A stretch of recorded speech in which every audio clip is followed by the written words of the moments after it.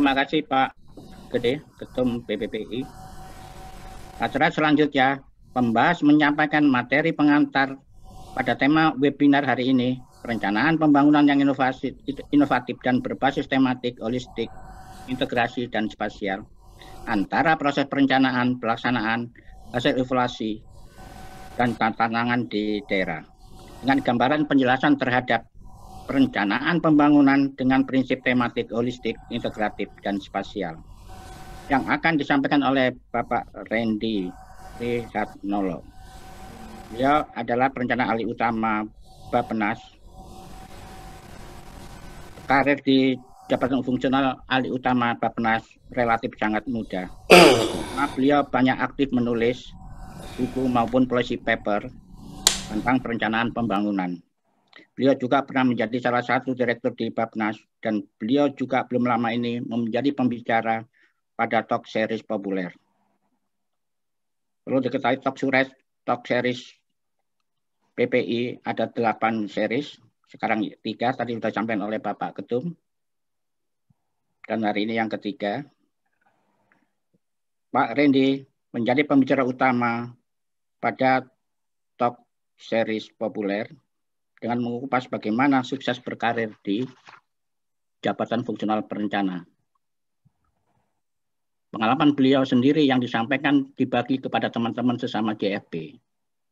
Dedikasi beliau sangat luar biasa. Hobinya menulis buku dan berbagai ilmu. Sebaik-baik manusia adalah yang paling bermanfaat bagi orang lain. Karena sesungguhnya ketika kita berbuat baik kepada orang lain, manfaatnya akan kembali kepada diri kita sendiri. Kami persilakan Pak Randy Prihatnolo untuk menyampaikan materinya.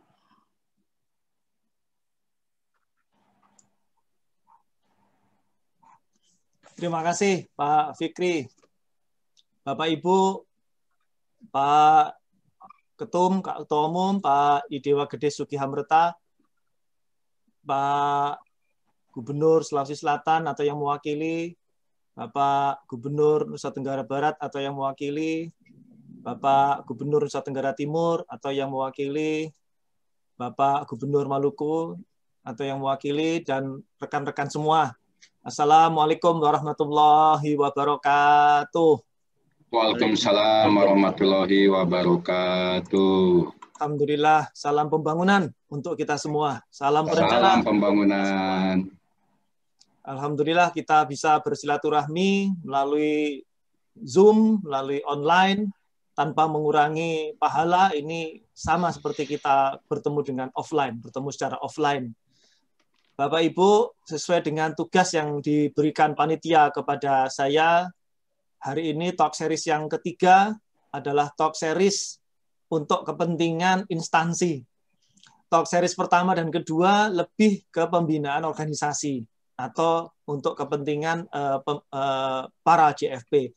Kali ini JFP ingin berbagi ilmu, ingin memberikan sumbangsihnya kepada instansi, kepada organisasi, sehingga Bapak Ibu kita undang, dan teman-teman JFP di sini ingin berkontribusi memberikan yang terbaik untuk memperbaiki atau menyempurnakan atau meningkatkan kualitas rencana pembangunan di teman-teman di organisasi. Hari ini kita mengundang, alhamdulillah, 4 gubernur mewakili 4 provinsi. Sementara insya Allah nanti akan kita undang gubernur-gubernur yang lain, dan masing-masing nanti akan memperoleh masukan dari kita mengenai perencanaan pembangunan di provinsi masing-masing. Bapak Ibu, sesuai tugas kepada saya sebagai pembahas, saya ingin menyampaikan pengantar. Tentu pengantar tidak boleh panjang-panjang. Hanya memberikan pengantar. Saya kasih judul pengantar saya sebagai perencanaan pembangunan dengan prinsip tematik, holistik, integratif, dan spasial. Ada 8 prinsip, Bapak Ibu, yang kita sebut sebagai perencanaan dan penganggaran pembangunan yang tematik, holistik, integratif, dan spasial ini, atau lebih disingkat dengan DIS, ya, perencanaan dan penganggaran pembangunan DIS, ada 8 prinsip. Yang pertama, Prinsip pertama adalah kerangka perencanaan dan pembiayaan, kemudian penetapan tujuan, pengkajian kelayakan, penilaian struktur peran dan pembiayaan, kemudian pengkajian prioritas, pengkajian kerangka logika, pengkajian integrasi spasial, dan yang terakhir, penyiapan, pemantauan, evaluasi, dan pengendaliannya. Secara siklus perencanaan penganggaran pembangunan berbasis DIS ini Bapak Ibu dimulai dari tentu kerangka perencanaan dan penganggarannya. Itu kita perlu memperhatikan dalam perencanaan pembangunan, kita perlu memperhatikan kerangka perencanaan strategis, baik yang sifatnya perencanaan politis yang merupakan janji kampanye presiden atau janji kampanye gubernur atau janji kampanye bupati wali kota. Yang tentu ini akan menjadi asupan untuk kerangka perencanaan teknokratis yang dilakukan oleh birokrasi dengan menerjemahkan kerangka perencanaan strategis yang sudah disusun secara politis tadi itu. Yang lebih lanjut, tentu kerangka perencanaan teknokratis ini dipenuhi atau dilengkapi dengan kerangka pembiayaan dan penganggarannya. Nah, ini pembiayaan dan penganggaran tentu dibedakan. Kalau pembiayaan itu sifatnya ada return yang perlu dihitung, sementara kalau penganggaran tidak perlu ada return yang perlu dihitung secara ekonomi, namun perlu dihitung secara sosial. Kemudian dilanjutkan dengan prinsip yang kedua, yaitu prinsip penetapan tujuan. Nah, prinsip penetapan tujuan ini menjadi penting agar 3 garis besar kerangka perencanaan strategis, kerangka perencanaan teknokratis, dan kerangka pembiayaan ini mempunyai sinergitas yang satu, yaitu memiliki tujuan tunggal. Tujuan tunggalnya itu yang perlu ditetapkan oleh masing-masing pemerintah, baik pusat, provinsi, maupun kabupaten kota. Dan dalam hal ini, maka perlu dilihat nanti juga penetapan tujuan yang menjadi sinergi dari perencanaan yang dilakukan di 4 provinsi yang siang ini menjadi terhormat untuk kita dengarkan rencana pembangunan di provinsi masing-masing. Nah, yang paling penting dalam penetapan tujuan ini tentu bisa menjadi asupan untuk pertumbuhan ekonomi, sehingga kerangka ekonomi makro dan kerangka ekonomi wilayah di provinsi-provinsi ini, yang provinsi sebagai contoh ini, itu bisa kita cermati dengan tujuan tersebut berapa pertumbuhan ekonomi wilayah yang dapat dimunculkan. Dan tentu tidak sekedar pertumbuhan ekonomi wilayah, namun yang lebih penting lagi adalah aspek trickle down-nya, yaitu aspek pemerataan kesejahteraannya dan aspek pembentukan welfare-nya atau pembentukan kesejahteraannya. Ini menjadi sangat penting ketika pembangunan di provinsi tidak sekedar melakukan pembangunan secara fisik, secara SDM, secara sosial, namun pembangunan fisik dan pembangunan sosial dan pembangunan SDM tersebut dapat secara bersama-sama mampu meningkatkan welfare atau kesejahteraan dari masyarakat di sana. Nah, inilah sinergi tujuan dari 3 kerangka perencanaan tadi itu bisa diharapkan ada dan tentu bisa diharapkan doable dan terwujud. Prinsip berikutnya adalah pengkajian kelayakan teknis kebijakan, Bapak Ibu.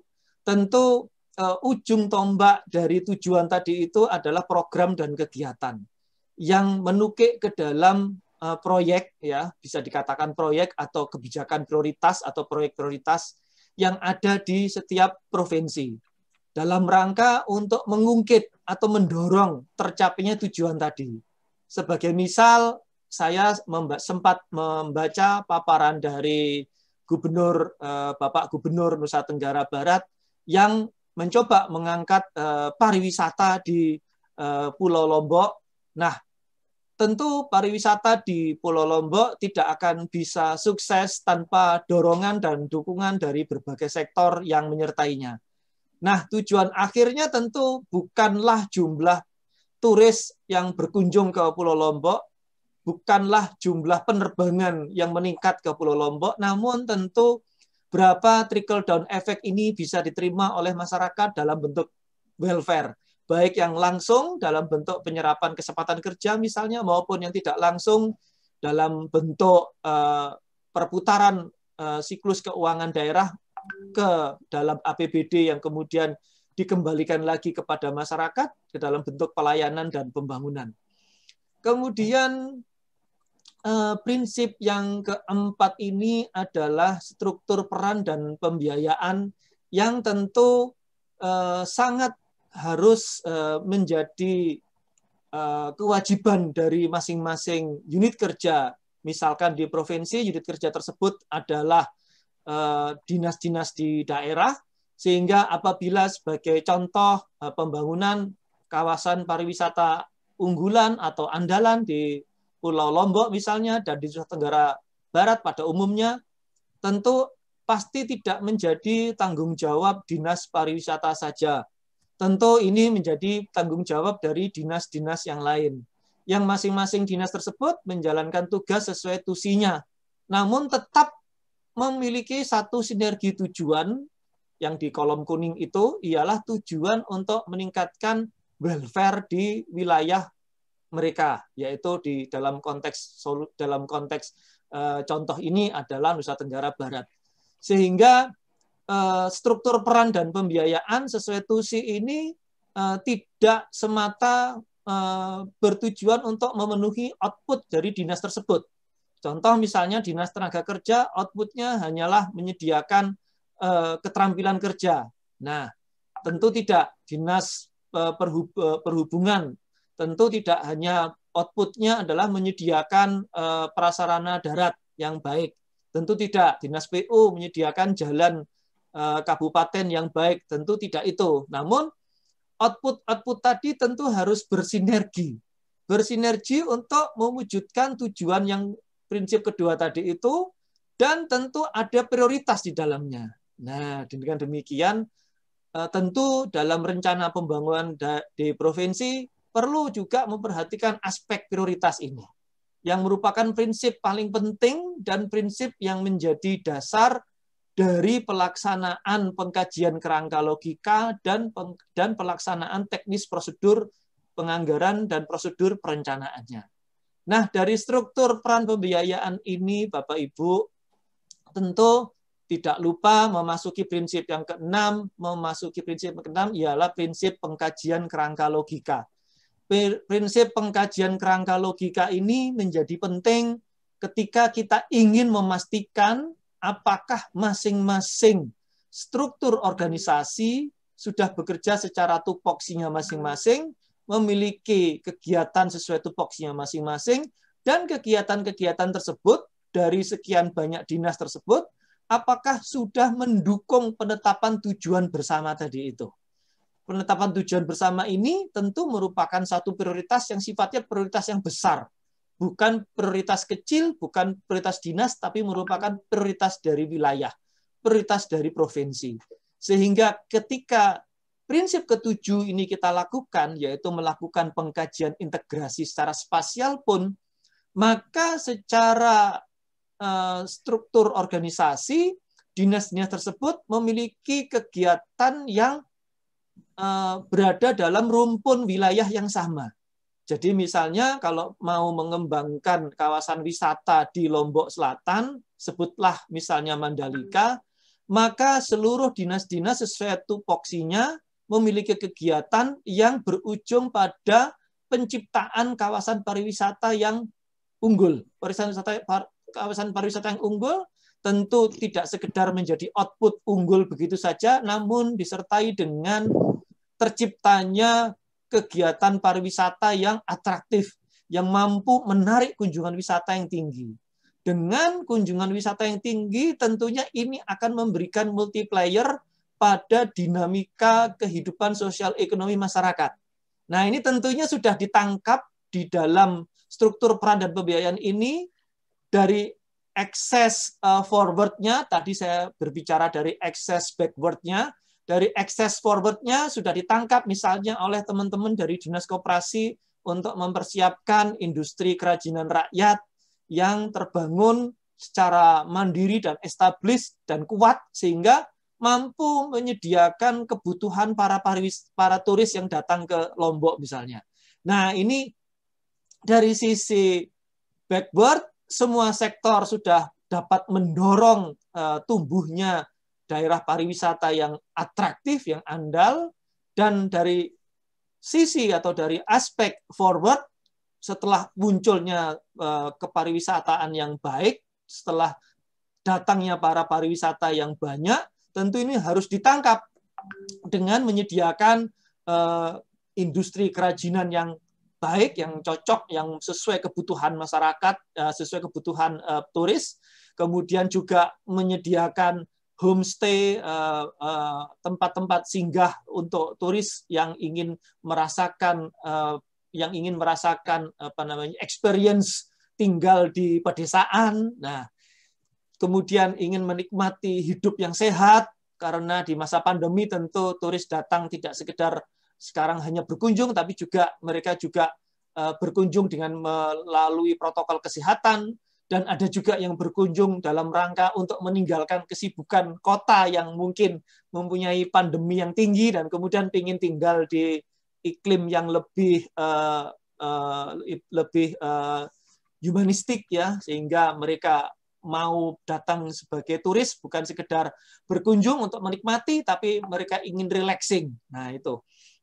Nah, dari prinsip yang ketujuh, maka seperti yang saya sampaikan, pengkajian integrasi spasial ini akan memasuki ke prinsip yang kembali ke prinsip yang kelima, karena ini juga mendapatkan support dari prinsip yang keempat, ya, memperoleh pengkajian prioritas, sehingga dengan pengkajian prioritas ini kita akan memiliki unit-unit kerja, dinas-dinas yang sungguh-sungguh memberikan kontribusi pada penetapan tujuan sinergis tadi itu. Nah, unit-unit kerja yang memiliki output yang menyatu dengan unit-unit kerja yang lain secara sinergis inilah yang kelak perlu memperoleh dukungan pembiayaan dan mendapatkan prioritas dalam proses perencanaan. Sehingga pada saatnya nanti ketika pembahasan anggaran dan penetapan pagu di dalam DIPA atau ke dalam DIPDA, maka semua aspek yang sudah menjadi kebutuhan bersama tadi itu sudah tertuang dan terakomodasi di dalam DIPA.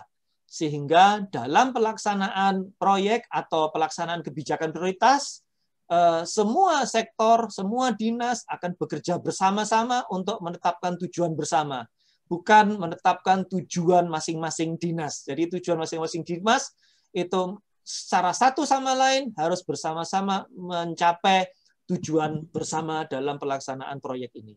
Nah, ini tentu semua tidak akan bisa lepas dari penyiapan sistem pemantauan, evaluasi, dan pengendalian yang juga berbasis DIS. Bila sistem atau siklus perencanaan dan penganggarannya sudah berbasis DIS, tentu proses pemantauan, evaluasi, dan pengendalian pembangunannya juga akan berbasis DIS. Nah, sekilas 8 prinsip yang saya sampaikan ini cukup menjadi pengantar buat diskusi kita hari ini, dan tentu semoga prinsip-prinsip ini telah terbumikan dengan baik dalam proses perencanaan pembangunan di 4 wilayah provinsi yang saat ini kita undang untuk menyampaikan materinya. Nanti setelah Bapak Gubernur yang mewakili setelah menyampaikan materi masing-masing, kita akan memberikan masukan sesuai 8 prinsip perencanaan dan penganggaran pembangunan berbasis DIS ini. Beberapa materi sudah saya siapkan, mulai dari langkah pertama hingga langkah ke-8. Tentu waktu jualah yang membatasi kita, dan tentu saya sebagai pembahas tugasnya untuk waktu saat ini memberikan pengantar, dan waktu yang lebih banyak tentu akan diberikan kepada Bapak-Bapak Gubernur atau yang mewakili untuk menyampaikan materi. Saya kira demikian pengantar dari saya untuk 8 prinsip perencanaan penganggaran pembangunan berbasis DIS sesuai dengan langkah-langkah atau prinsip dan siklus yang tertera di dalam slideshow saya. saya kembalikan sesi kepada Bapak Moderator, Pak Fikri, untuk lebih lanjut diteruskan pemaparan dari Bapak Ibu atau Bapak-Bapak pemateri berikutnya. Demikian saya sampaikan pengantar dari saya. Selamat, mari kita memberikan pencermatan dan selamat mengikuti diskusi.